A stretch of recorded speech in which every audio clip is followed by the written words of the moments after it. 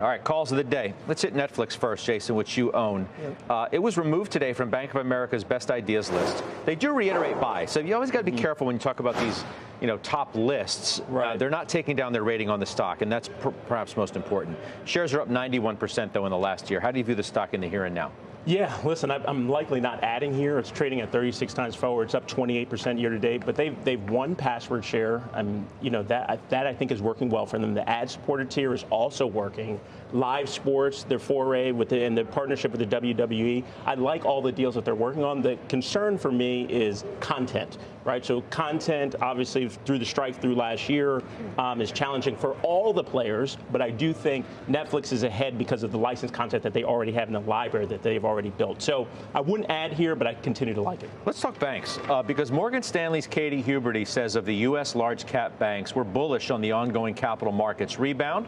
We see money center banks as a way to play that dynamic.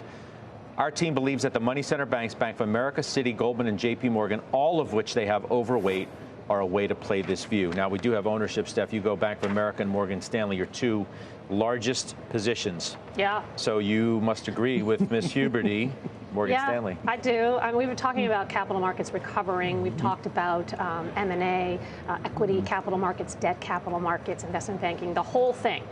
We are seeing a recovery. There's no question about it. When it will be appreciated, I don't know. But Bank of America trades at 1.1 times book, 2.6% dividend yield, which I believe will go higher, very well capitalized, and their expense management is phenomenal. On Morgan Stanley, it's more of a mix, right? They have capital markets and then they have wealth management.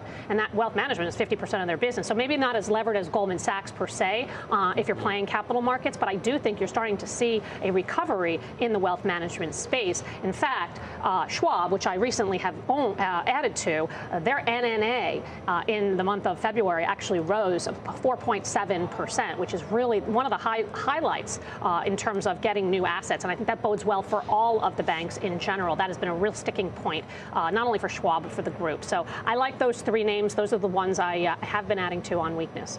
Jason, the return of capital markets is a big deal for your Goldman Sachs. Absolutely. Absolutely. And that's why we own it, because I do believe capital markets, deal volumes, all will pick up in the second half. The stock's only up 5% year to date, but it's encouraging to see even the Reddit IPO, like how well it did, and starting to see other names come to market. So that's the play for me as it relates to the financial space. And also, I would say, I think it's important that we are seeing less interest rate volatility. I think that'll play well for the money centers and deal volume and loan volumes to pick up. So, Jimmy, you were on yesterday. We talked about Citi, right, which I think it was Mayo at Wells was, extraordinarily bullish about, which he has been for a while. So I don't want you to give me that today, but J.P. Morgan is the other one you own. But what about this call? Now's the time for large cap banks, both, ones that sort of excel in capital markets, but also money center banks that'll do well in a good economic and maybe lower rate environment. I think it gets a little tricky here, and that may surprise people to hear me say that.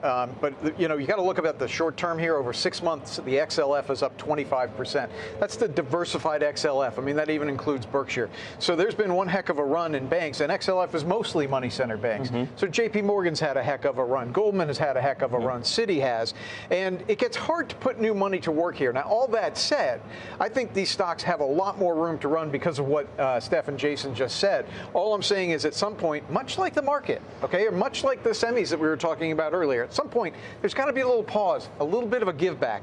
I will put new money today to work in Citigroup and J.P. Morgan, but not a lot. I've got to respect the rally that's come. Long term, I love these. I love these long term. Short term, it's a little tricky. A lot of the companies early in March, Scott, actually reiterated guidance. So I don't think the numbers are really at risk. It's really where do you see the acceleration? Where do you see the momentum in capital markets, right? To flip my own comments on me that I said to Scott, the valuations are really quite attractive. Yeah. I mean, they're really quite attractive, kind of 10 times earnings, good, decent yields.